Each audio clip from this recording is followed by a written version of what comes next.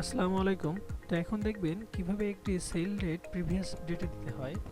একটি সেল করার পর আপনি কিভাবে সেটাকে প্রিভিয়াস ডেটে এডিট করতে পারবেন বা প্রিভিয়াস ডেটে সাবমিট করতে পারবেন। তো সফটওয়্যার কখনো প্রিভিয়াস ডেটে সেল করতে দেয় না। আপনি যখন সেল করবেন সেই ডেট এবং সেই টাইমটা সফটওয়্যার কাউন্ট করে রাখে বা মনে রাখে। এটা সেলস করার সময় কখনো ডেট আপনি প্রিভিয়াস ডেটে সেলস করতে পারবেন না বা ফিউচার ডেটে সেলস করতে পারবেন না।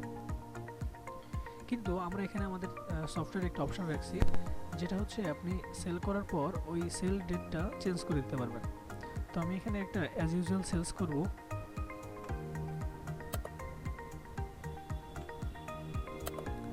আমি ধরে নিচ্ছি এটাকে আমি একটা ইনভয়েস করব। আমি একটি কাস্টমারের নাম দিয়ে দিলাম।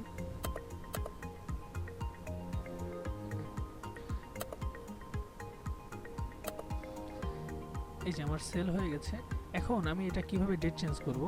তো আমি আবার সেলস অথবা সেলস রেজিস্টারে ক্লিক করব অথবা ডিরেক্ট ডেইলি সেলসে চলে যাব।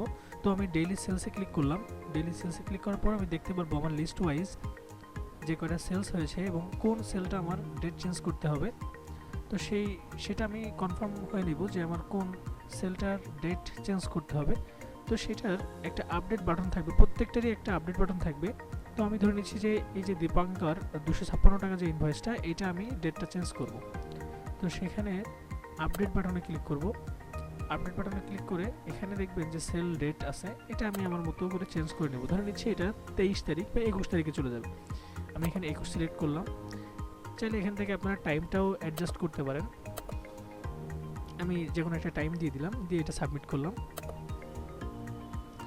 যে এটা এখন 21 তারিখ হয়ে গেছে। আমি যদি পেজটা রিলোড দিই তখন দেখতে পারবো যে আজকের ডেটে 25 তারিখের ডেটে এই সেলসটা নাই, এই সেলসটা 21 তারিখের ডেটে হয়ে গেছে। এটা আমরা একটু চেক করে দেখি।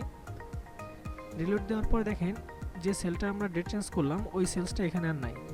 তো আমি আমার 21 তারিখে ওই সেলসটা চলে গেছে কিনা এটা একটু চেক করে দেখব।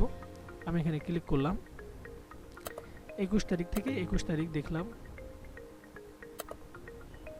এখন দেখেন এই যে সেই দীপঙ্কর 256 টাকা যে ইনভয়েসটা, এটা 21 তারিখে ডেটে চলে আসছে অটোমেটিক।